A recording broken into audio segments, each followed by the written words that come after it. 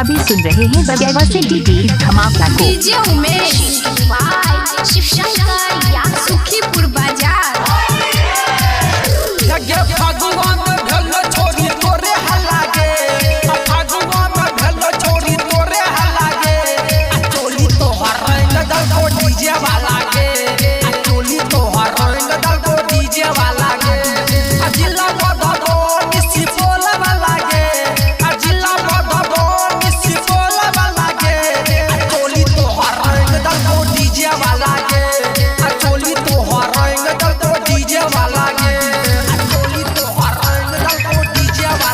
इलाका किसी का हो धमाका दिवाकर दीवाना भाई का ही होगा।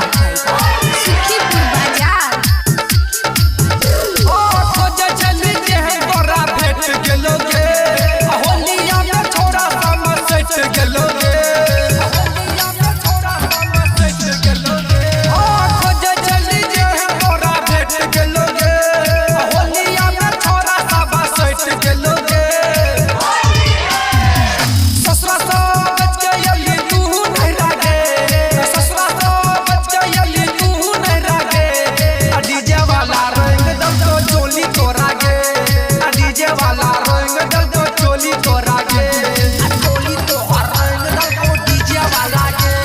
अभी सुन रहे दिवाकर दीवाना भाई।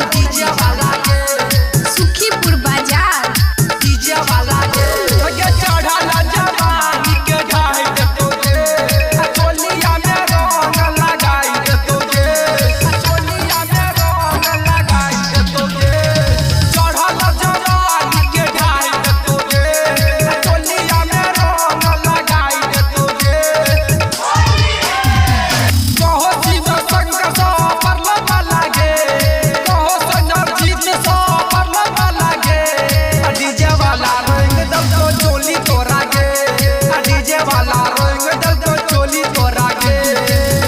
आप सुन रहे हैं दिवाकर दीवाना भाई को, ग्राम बगेवा, जिला मधुबनी।